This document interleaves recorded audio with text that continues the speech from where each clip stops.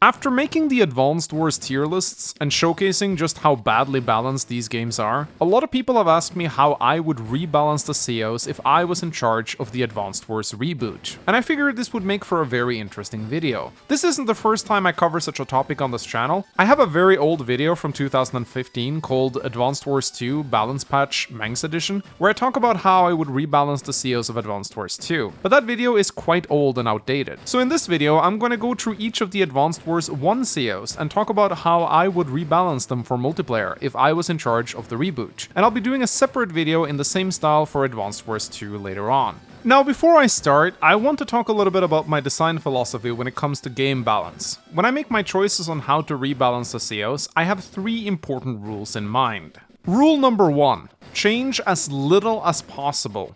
A common mistake I see when people attempt to rebalance games is that they go way overboard. They either add too much stuff or change things around more than they should.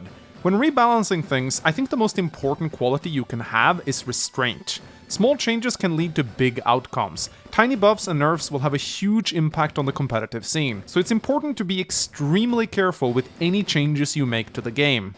Rule number 2. Achieving perfect balance is impossible. It is very tempting to rebalance the game until you end up with the dream scenario of every CO having roughly around a 50% win rate. But it is also important to remember that while a more balanced game should be the goal, obtaining perfect balance will never happen. If that is what you want, try playing Advanced Wars with powers disabled and see how much fun that is. It may be perfectly balanced, but it's not very exciting. The sad reality is that the only way to achieve perfect balance is to nerf the COs down to a point where they hardly feel different from one another. I think that the most important thing about Advanced Wars is that the COs feel unique, even if that means that balance won't be perfect. The primary goal when balancing a game should be to fix things that are incredibly broken, not to hit everything with the nerf bat until they're no longer interesting or fun. Rule number 3. If it ain't broke, don't fix it.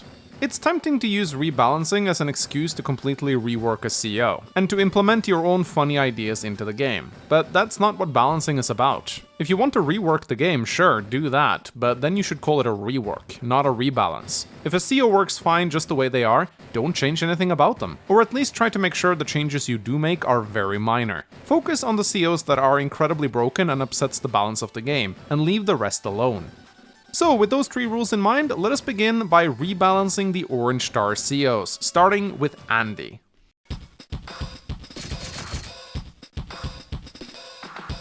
In Advanced Wars 1, Andy is the go-to CO. He's the goalpost that balancing should be focused around. But the truth is that while he is marketed as a very average CO, he's actually one of the weaker ones in the game. Andy has no day-to-day powers, and his CO power Hyper Repair has the average cost of 30,000 funds, and restores 2 HP to all of his damaged units on the map. I actually think that Andy deserves a small buff, but the question is, how does one go about rebalancing Andy? Giving him any firepower increases would take away his entire gimmick, so instead I decided to go for a stealthier approach. I would reduce the cost of Hyper Repair from 30,000 down to 25,000, putting it on the same charging speed as Sami's double time. This would allow Andy to get his Hyper Repair slightly faster, which would compensate for the fact that he has no day-to-day abilities. And that's all I would do to buff Andy. I think he's fine otherwise.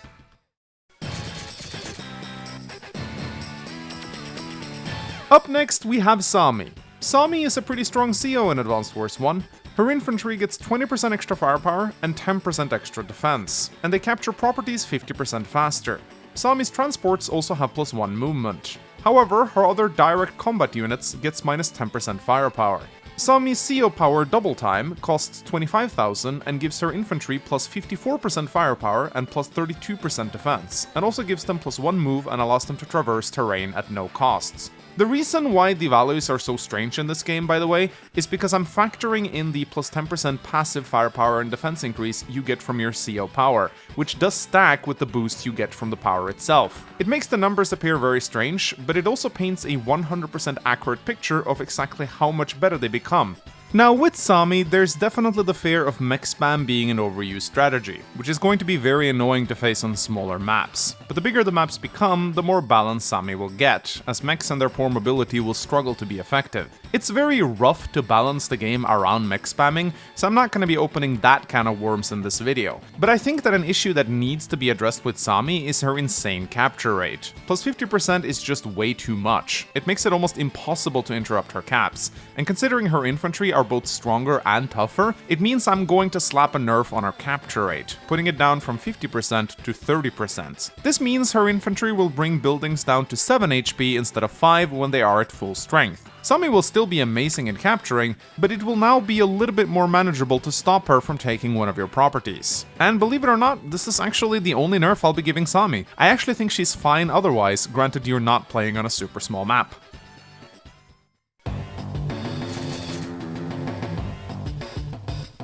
Up next, we have Max, and if you watched my tier lists, you probably know just how broken he is in Advanced Wars 1. His direct combat units gets plus 50% firepower, while his indirect combat units gets minus 10% firepower and minus 1 range. His CO power, Max Force, costs 30,000 and boosts his direct firepower up to plus 87%, and also grants those units plus 1 move.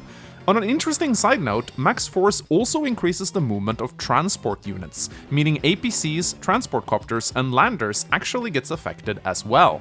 Now, I don't think it will come as a surprise that Max will receive one of the biggest nerfs in this video, plus 50% firepower is just too much, so I'm gonna put that down to the Advanced Wars 2 value of plus 20%. Which I still think is pretty strong, by the way. Max Force giving plus 87% firepower is also way too much, so that one is going down to a much more respectable plus 50%. I'm also taking away its buff to transport movement, as I feel like that is a programming oversight. Yes, I am aware I nerfed Max pretty hard, but considering how broken he is in this game, that should go without saying.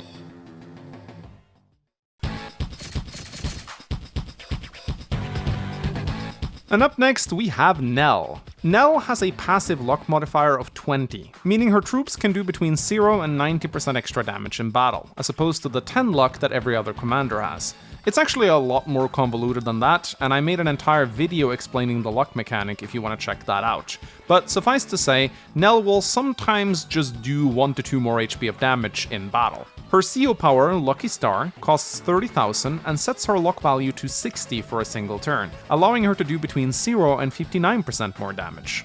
I actually think that Nell's day-to-day abilities are fine. They're actually not that strong. She just has twice as much luck as every other commander in the game. But luck doesn't really make up a huge firepower increase in most battles, and it's also unreliable, which means you cannot formulate your strategies around it. So I think nerfing the luck value of Lucky Star is the answer. But I don't really want to go too hard, as it is everything Nell has got going for her. So all I'm doing with Nell is nerfing her luck rating from Lucky Star from 60 down to 45. However, I am also reducing its cost from 30,000 down to 25,000, putting it on the same speed as Sami's double time and Andy's new hyper repair. This means Lucky Star can be popped a lot more frequently, but it won't have the same insane bite that it used to.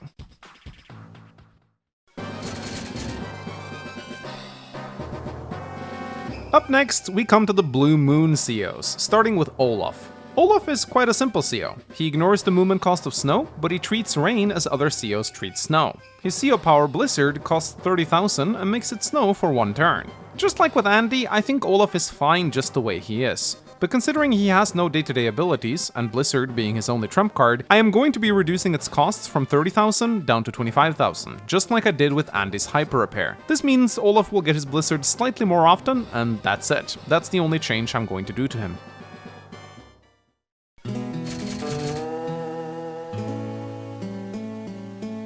Then we come to Grits. Contrary to what I've been led to believe all these years, Grit's indirect units actually have no passive day-to-day firepower increase in Advanced Wars 1, they just get plus 1 range. His direct units, however, including his infantry, gets minus 20% firepower, which is quite a steep penalty. Grit's CO power, Snipe Attack, costs 30,000 and gives his indirects plus 2 range and plus 65% firepower for 1 turn. Now this might come as a surprise to some of you, but I actually think Grit is in a good spot in Advanced Wars 1. He pays a pretty hefty penalty for that plus 1 range. I mean, minus 20% firepower on his directs, including his infantry, is massive. It means his capture game is incredibly weak. And while I think a lot of you guys are expecting me to nerf Grit into the ground just because he's annoying to play against, I'm actually going to leave him exactly as he is, because I don't really think he requires any changes. Now in Advanced Wars 2 it's going to be a different story, but in Advanced Wars 1, I actually think Grit is in a good spot.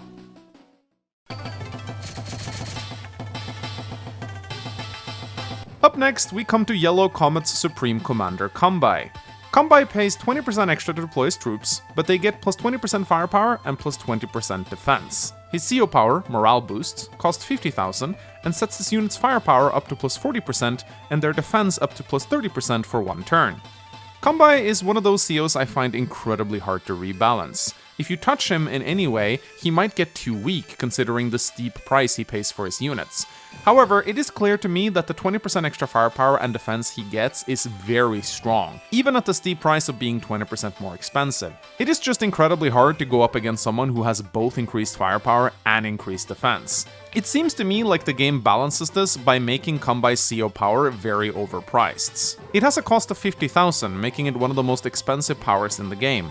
And in total, it only gives him 20% extra firepower and 10% extra defense, which is laughable. With this in mind, the only nerf I'm giving to Kanbei is a day-to-day reduction in his defense, from plus 20% down to plus 10%. However, because this is a pretty steep nerf, I am also reducing the cost of morale boost from 50,000 down to 40,000. With Kanbei's troops now only having 10% extra defense, they should be a little easier to deal with and not keep accumulating over the course of a match until they reach critical mass. And at the same time, Kanbei will also be able to pop his morale boost a little bit more often.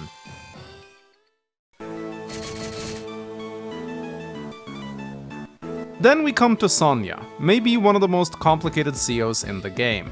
Sonja's units gain plus 1 vision in Fog of War, she hides her unit's HP from the enemy, but she also has bad luck and sometimes deals less damage. Her CO power, Enhanced Vision, costs 30,000 and gives her units plus 2 vision and allows them to see into woods and reefs. I actually think Sonja is completely fine the way she is, and the only change I would do is to take away her bad luck and instead make it so that she has no luck at all. Her units will just have a luck rating of 0, meaning they will always do as much damage as it is shown on screen, and not a single point more or less. This change actually wouldn't affect Sonja's damage output by that much, as due to the way good luck and bad luck interacts with each other, Sonja usually ends up around the 0% mark anyway, but it would make her a lot more reliable, as dealing with randomly less damage is just incredibly frustrating. On a side note, I also think this change suits her personality and design better. She's a CO that enjoys planning and not leaving things up to chance, so her units not having any luck actually makes a ton of sense.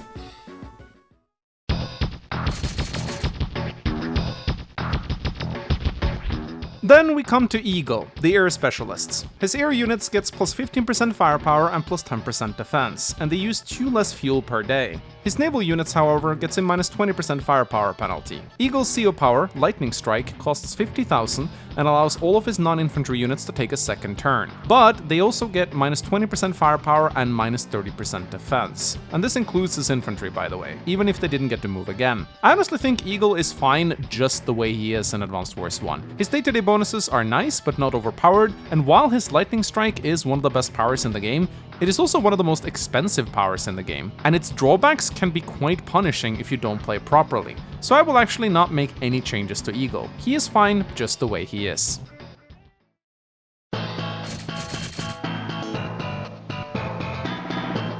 Up next, we have Drake. His naval units get plus 1 movement and also plus 2 terrain stars, which roughly equates to 20% extra defense, while his air units get minus 20% firepower.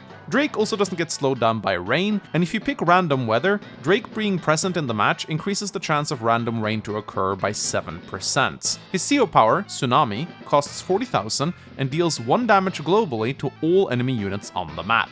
Balancing Drake is tricky, because it requires rebalancing naval units as a whole. In Advanced Wars, the steep price of ships means that they almost never see any play. You simply don't have the economy to pay 28,000 funds for a battleship, or 20,000 for a submarine. So unless you're playing on an island map with no airports, forcing you to rely on landers to transport your units, it's going to be very hard for Drake to be relevant, as ships just won't see much action. Here's the thing though, I actually think Drake's day-to-day bonuses are fine if you're actually forced to do naval combat. Plus 1 movement for his ships is actually incredibly good. And I like that they have extra defense rather than firepower, as it kind of fits Drake's calm and collected personality. However, I despise Drake's Tsunami, and I think most other players do as well. It's not as bad as it is in Advanced Wars 2 with its fuel drain, but I'm generally just not a fan of global damage powers. Being able to just remove 10% of your opponent's army with the click of a button is just not good game design, and it really accumulates over the course of a match, meaning you're really on the clock whenever you fight Drake. So while I'm leaving his day-to-day powers unchanged, I am completely reworking and renaming his CO power from Tsunami to Deluge. It now only costs 25,000, making it incredibly cheap, and it will give his ships plus 20% firepower and also cause it to rain for a turn. Additionally, I am also making it so Drake's units don't get reduced line of sight in rain. I figured that a power that actually causes it to rain when Drake is a rain-based CO made a lot of sense. But because rain is not as powerful as snow, it should also come with an added effect. And since so many people complain about Drake's ships lacking firepower, I figured that a small firepower bonus to his naval units would also be warranted. Overall, I realize I am changing a lot with this CO, but I'm very curious to hear what you have to say about it in the comment section below.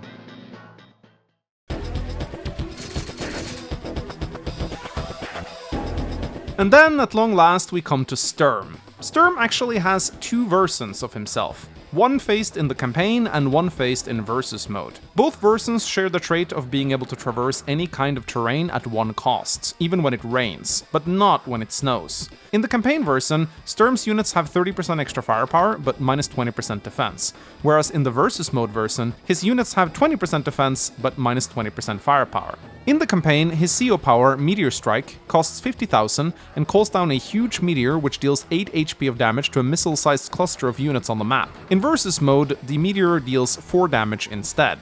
Now, obviously, I am not going to be touching campaign Sturm, as I feel like he should be strong when fought in the final mission. So I will only be focusing on versus mode Sturm. I would actually retain his campaign stats of 30% extra firepower and minus 20% defense. It just doesn't make sense to me that he's a defensive CO in versus mode. It doesn't fit his personality or design at all. However, his ability to move freely through terrain has to go. It is simply too strong, so he no longer has that ability. But I'm going to be reworking his Meteor Strike so that it only deals 3 damage, but for 1 turn, his units will get the ability to move through terrain at 1 cost like they used to. So you will at least be able to enjoy this power for a single turn. Alright, so that's it. That is how I would rebalance all the COs of Advanced Wars 1. I am under no illusions that this would turn it into a perfectly balanced game, but I hope that I was at least able to provide you guys with some good justifications for my changes. However, if you agree or disagree with any of these, feel free to let me know about it in the comment section below. Also, if you have any other ideas on how to rebalance the various COs, feel free to leave that comment as well. I always love to read what you guys come up with. And as always, I will be back in the future with a similar video for Advanced Wars 2. Until then, click the like button and subscribe for more Advanced Wars content. My name has been Mengs, and I'll see you guys next time. Bye bye!